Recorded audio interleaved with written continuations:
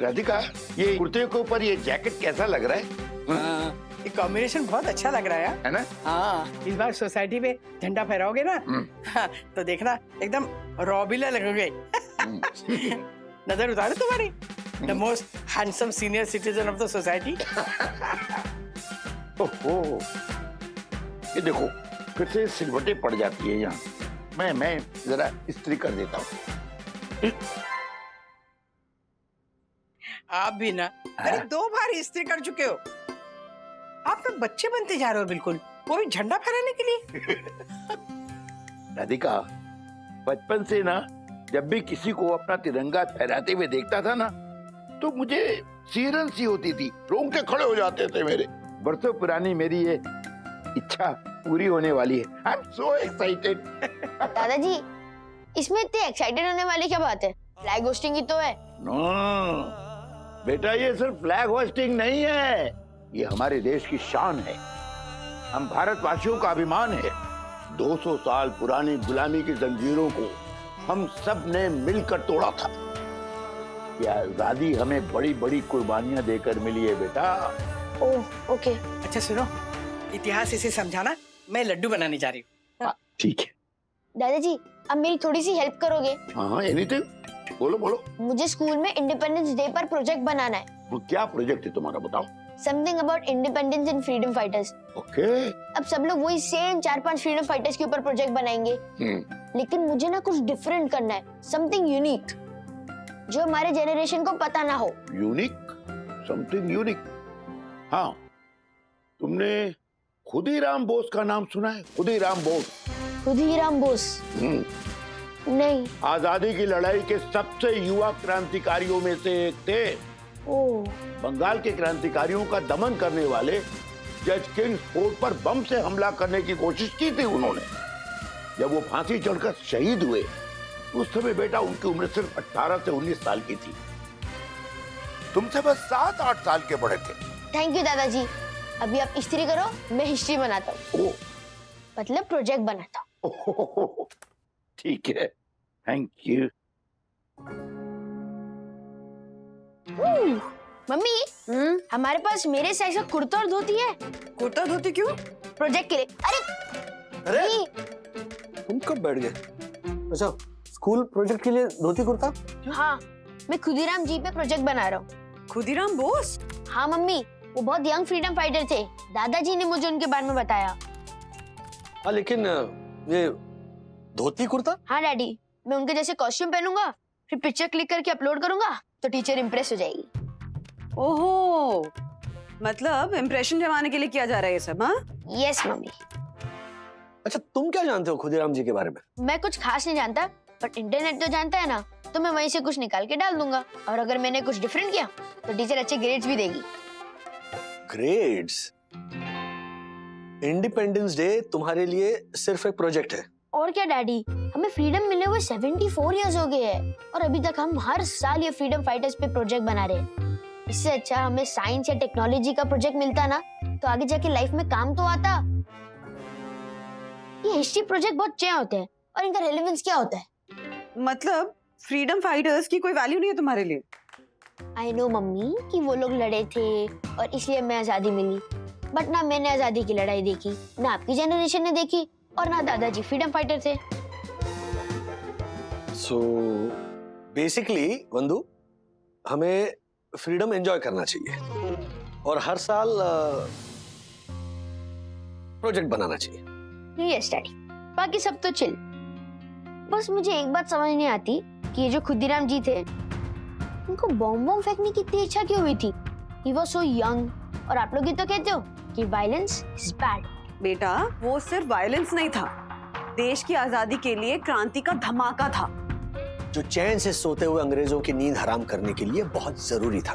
हाँ ओके, हमें दूध, आई एम कमिंग।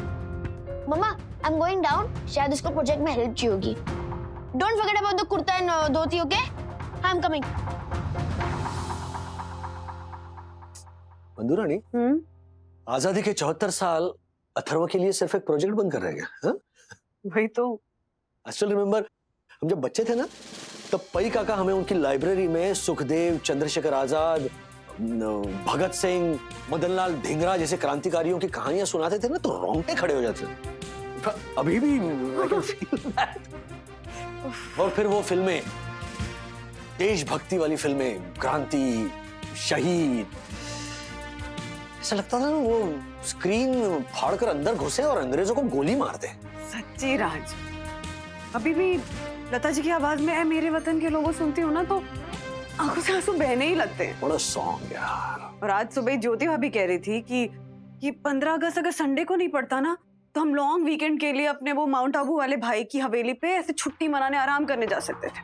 नहीं, काफी लोगों के लिए 15 अगस्त का दिन सिर्फ एक छुट्टी बनकर रह गया। सच्ची। बंधु, हाँ? हमारा अथर्व भी ऐसे ही सोचने लगा तो?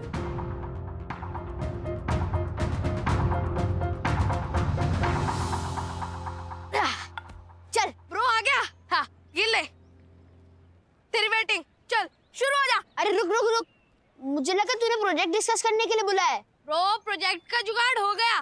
कैसे? अरे वो हर्षित है ना, उसके पिछले साल वाला जो 15 अगस्त का प्रोजेक्ट था ना, हाँ, उसको थोड़ा चेंज करके मैं सबमिट कर दूंगा, और जो मेरा प्रोजेक्ट है ना वो हर्षित थोड़ा चेंज करके सबमिट कर देगा। कैसा लगा मेरा आइडिया?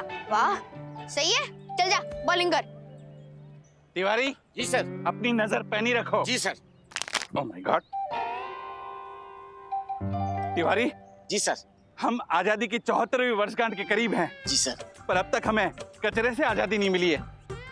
धिक्कार है। हाँ सर, धिक्कार है। Atharva, Atharva, I am sorry uncle, please forgive me. हाँ अंकल, वो इसकी गलती नहीं है, वो तो बस गलती चाहे किसी की भी हो, मुझे गेंद से आघात अथर्व की वजह से पहुंचा है, इसलिए सजा भी उसको मिलनी चाहिए और वो मिलकर रहेगी।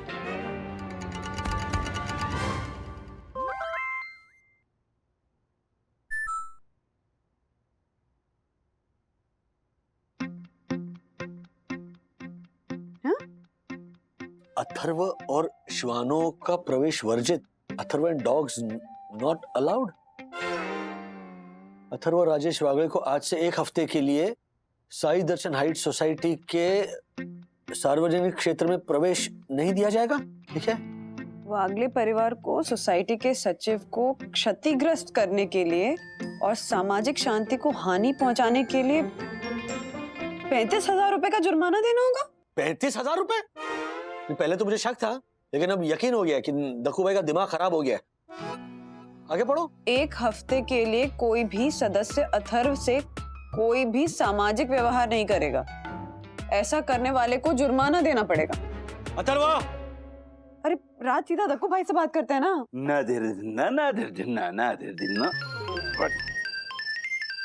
ओह माय गॉड, राजेश भाई। ओ साई दर्शन हाइट सोसाइटी के ऑनरेबल सेक्रेटरी दक्षिण जोशीपुरा जी, अथर्व कम हियर। ये क्या है? 35,000 रुपए का जुर्माना। अब बच्चे की जान लोगे क्या? रूल्स मतलब रूल्स, फॉलो ना करे थे फूल्स। फूल्स गो बैक टू स्कूल्स। एक बालक ने उद्दंडता की है तो उसको उसकी सजा तो मिलनी चाहिए राजेश भाई। अंकल विद्युत भी तो था वहाँ पे। पर मुझ पर प्रहार तुम्हारी गेंद से हुआ है Atharva. This is injustice. What injustice? Dakku भाई 35,000 रुपए जुर्माना कैसे देंगे हम? ये भी तो सोचिए आप। पन्ना भाभी, आप जैसी सुंदर ससील नारी को मैं एक अबोध बालक की वजह से और परेशान होते नहीं देख सकता, इसलिए आपको केवल 5,000 रुपए जुर्माना भरना पड़ेगा। डायरेक्ट? पर मेरी एक शर्त है। कैसी शर्त? अथर्व को सोसाइटी के सारे छोटे मोटे काम करने पड़ेंगे। उसे घर से बाहर निकलने से पहले मेरी आज्ञा की जरूरत होगी, और मेंबर्स की तरह आप लोग भी अथर्व से दूरी बना के रखेंगे, और एक हफ्ते तक अथर्व से कोई बातचीत नहीं करेगा। तब जाके सुधरेगा ये अथर्व। क्या? यस। विद्युत, तूने बात की क्या जोशीपुर अंकल से? करने ही वाला था ब्रो, पर दक्कू अंकल ने कहा कि तुम अपने दोस्त अथर्व के बारे में कुछ भी बोलोगे ना तो तुम्हें और तुम्हारी फैमिली को दोनों को बैन कर दूंगा। क्या? विद्युत, तू अपने 25,000 के मोबाइल से ये अथर्व से बात कर रहा है? अगर दक्षेश भैया को पता चला ना तो हमें 50,000 का फाइन लगाएंगे। उतने में तो 2-2 मोबाइल आ जाएंगे तेरे। चल फोन रख। रख। सॉरी ब्रो, अब 1 वीक के बाद ही मिलेंगे। तू भी अपने रूम से बाहर मत निकलना। बाय। बिल्कुल वैसे होता है कि नहीं? Daddy's right. Daddy is right. Daddy's right. Daddy is right. Daddy चलो मैं चलाऊं? Bye bye bye bye. Daddy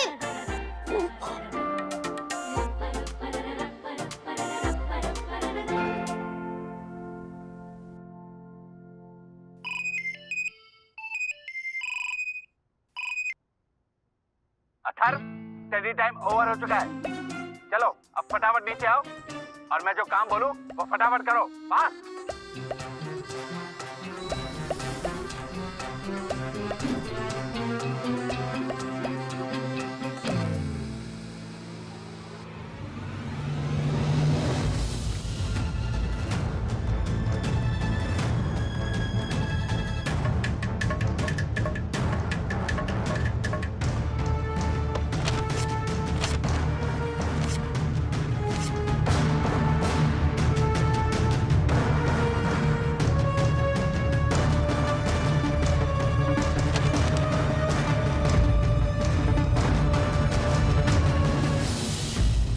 चलो अथर्व जल्दी करो, मुझे क्या देख रहे हो? फटाफट जल्दी करो ना।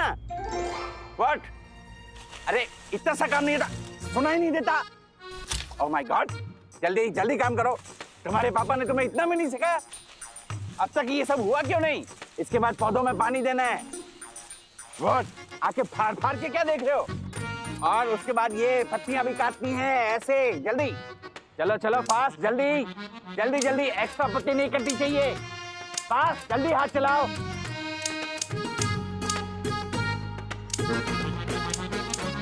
अथर्व इतना टाइम क्यों लग रहा है? जल्दी करो। अरे गमलों में मिट्टी भरनी नहीं आती, ऐसे मिट्टी डालते हैं।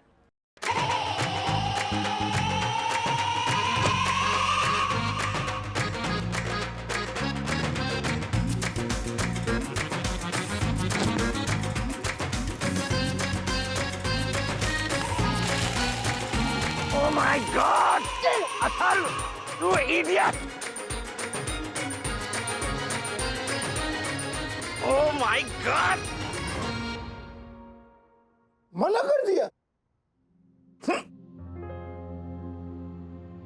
जोशीपुरा ने मुझे झंडा फहराने से मना कर दिया। राधिका, मेरा बरसों का सपना टूट गया। शांत हो जाओ, शांत हो जाओ। पापा, दक्कू भाई ने बोल दिया तो क्या कर सकते हैं। इस साल यामिनी भाभी, first lady of Sai Darshan height society, वो झंडा फहराएंगे। क्या जरूरत है तुम्हें अथर्व खामखा आर्ग्यू करने की दक्कू भाई के साथ? पनिशमेंट सह लेते ना। मतलब गलती मेरी है, उनकी कोई गलती नहीं है। अरे गलती किसी की भी हो, भुगतना तो हम सबको पड़ रहा है ना अथर्वा। और नहीं तो क्या। अब 14 अगस्त को हमारे घर पर ग्रैंड रिहर्सल होने वाली है। प्लीज आसपास भी भटकना मत। चुपचाप अपने कमरे में अपनी पनिशमेंट सहना, तभी जाकर सब ठीक होगा। सब ठीक हो जाएगा। वहाँ पे जोशीपुर अंकल ने मुझे इतनी गलत पनिशमेंट दी थी, यहाँ पे दादाजी रो रहे और अब बोल रहे सब ठीक हो जाएगा। सब ठीक हो जाएगा। मैं फुट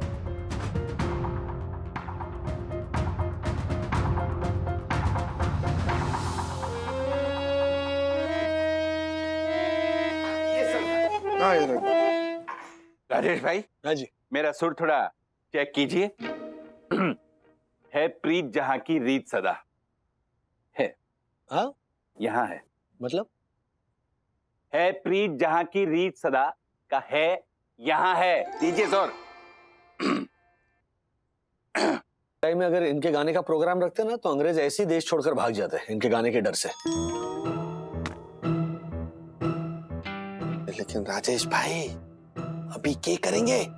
ये झालर ऐसे गधे की तरह गाएगा तो जूते पड़ेंगे हमें। तो प्रोग्राम खराब होगा वो अलग, सोचना पड़ेगा।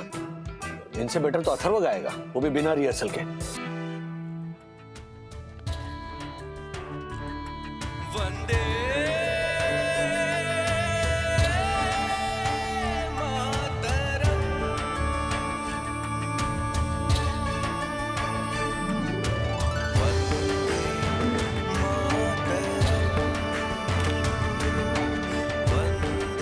ये हो गई कॉस्ट्यूम वाली फोटो।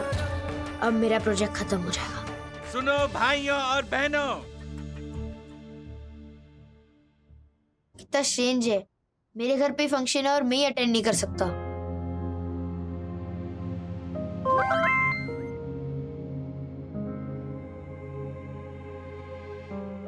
मित्रों और परम पूजनीय वन्ना भाभी, जैसा कि आप सब जानते हैं कि हर साल मैं गीत गा के आपका मन लुभाता हूं, पर इस बार राजेश भाई के अनुरोध पर मैंने एक अनूठा प्रयोग करने की कोशिश की है। भारत माता की जय, भारत माता की जय! इनकलाब जिंदाबाद, इनकलाब जिंदाबाद। Simon go back, Simon go back. Dakku भाई, व्हाट? Come back. ओके। वाह डैडी, आपने सिंगर को पोएट बना दिया। चुपके से देखना चाहिए प्रोग्राम। जोशीपुर अंकल ने शामिल होने से मना किया है, देखने से थोड़ी।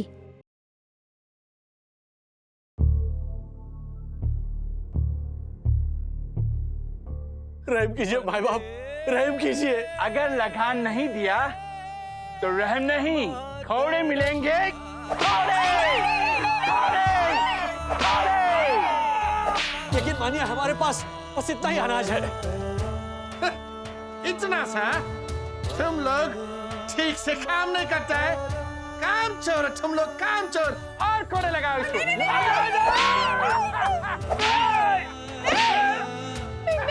माफ कर दीजिए मालिक, माफ कर दीजिए। सच कह रहे, घर में अनाज का एक दाना तक नहीं है, माफ कर दीजिए।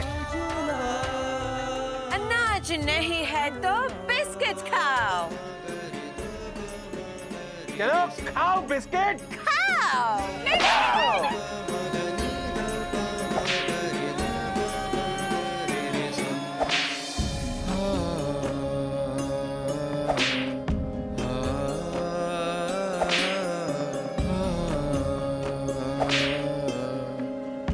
बिस्किट खाओ वरना गोली खाने के लिए तैयार हो जाओ।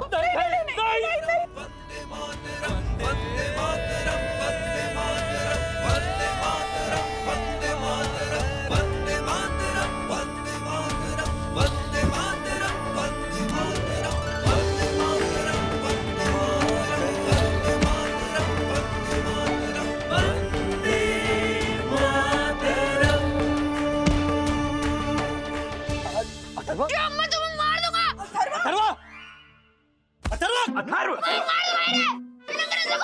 अथर्वा, अथर्वा, हेलो, अथर्वा, ये नाटक है। ये वो हर्षद अंकल है। वो देखो, ये दक्कू अंकल है। ये अंग्रेज नहीं है। ये देखो, ये सब अपने लोग बैठे हैं। देखो, दादा दादी है।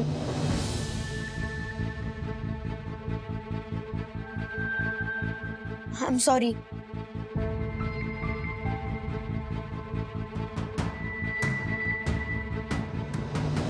देखा तुमने? झूठ मूठ के नाटक में भी तुम अंग्रेजों का जुल्म देख नहीं पाए। तो सोचो, खुदीराम बोस जैसे क्रांतिकारियों पर क्या बीती होगी। हाँ बेटा, वाह क्या बात है, इधर आ बेटा। जिस जज्बे से तुमने बिना कुछ सोचे समझे बंदूक लेकर ऐसे कूद पड़े, इसी को कहते हैं देशभक्ति का जज्बा। और यही जज्बा खुद को देश के लिए न्यौछावर करने की हिम्मत देता है, समझे? देखा अथर्व, अब समझ गए ना कि अगर हमारे घर में कोई बाहरी आदमी आके हमें ही कानून सिखाए तो कैसा लगता है? इसे कहते हैं गुलामी। तुम हर पल घुटन महसूस कर रहे थे, है ना? क्यों? क्योंकि तुम्हारी आजादी छीन ली गई थी। यह है असली मोल स्वतंत्रता का, जिसकी रक्षा करने के लिए हमारे फौजी भाई हर पल किसी भी मौसम में सरहदों पे अपनी जान की बाजी लगाते रहते हैं। क्योंकि कोई भी हमारी देश की तरफ आंख उठाकर ना देख सके।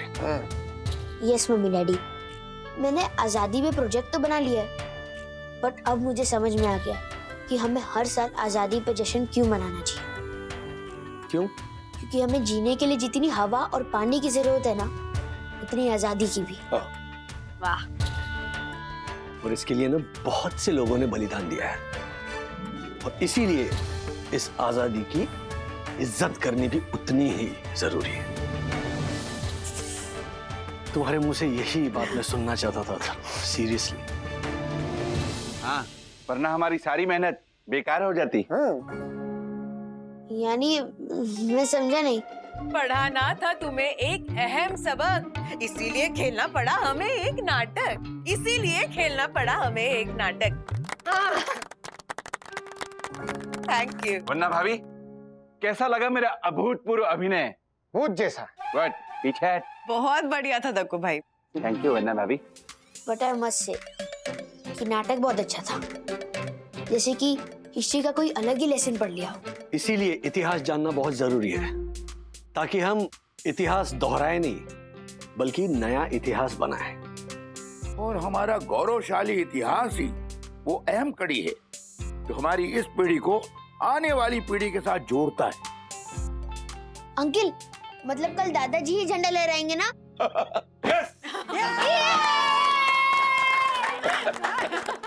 राजेश भाई, हाँ, झंडा वंदन तो कल है, लेकिन आज की ग्रैंड रिहर्सल का समापन आपकी सुरीली आवाज में हो जाए तो मजा आ जाएगा।